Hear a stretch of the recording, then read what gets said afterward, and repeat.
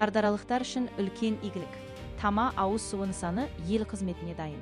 Шардара ауданында тұрғындарды сапалы ауыз сумен қамтамасыз ету бағытындағы маңызды жобалардың бірі Тама ауыз суы нысаны пайдалануға берілуге жақын. Аудан әкімі Арман Романұлы Қарсыбаев нысанда болып, дайындық жұмыстарының барысын бақылап, абаттандыру және көгалдандыру жұмыстарының сапасына ерекше назар аударды. Есімім Өтені Мұхтархан Айдарханұлы, Шардара аудандық тұрғын үй коммуналдық шаруашылық, жолаушылар көлігі және автомобиль жолдары бөлімінің сектор меңгерушісі. Шардара ауданы бойынша ауыз суға құрадымыз. Жалпы бүгінгі таңда құрылыс аумағында тұрмыз барлығымыз. Бұл Шардара қаласының бас су торабы. Бұл жерде жалпы жобаның сметалық құны 495 миллион.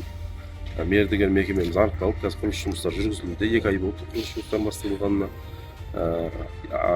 Құрылыс жұмыстары болса 2026 жылдың сәуір айында басталды. Белгіленген кестеге сәйкес тамыз айында тапсыру жоспарлануда.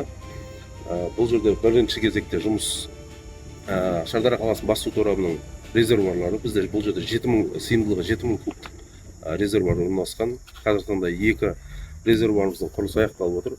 Қалған 2 резервуарда жөндеу жұмыстары жүргізілуде қосымша. Биылғы жылға бөлінген сумма 220 миллион 26 жылға. Нысан құрылысы 2027 жылға өтпелі. Бірақ қосымша қаржы қарау жоспарлануда. Биылғы жылы құрылыс жұмыстарын толық аяқталып, тамыз айында пайдалануға беру жоспарлануда бізде. Жалпы бүгінгі күнде жұмыстарға 7-8 ауыр техника пайдаланып жатыр. Қазір бұл жерден бөлек тағы да қаланың ішінде бірнеше көшелерінде ескірген трубалары бәрі ауысып жатыр. Қаланың жанында айналасындағы қоршаулардың бәрі бітті. Екі резервуарымыз қазір дайын. Ертең кесте бойынша 15 деген кестеміз бойынша резервуардың бәрін бітіріп, су қабылдауға дайындап, Құдай қаласа дайындаймыз деп жатырмыз. Қазір 30 адам тартылған жұмысқа, бүгінгі күнге дейін техникамыз істеп жатыр.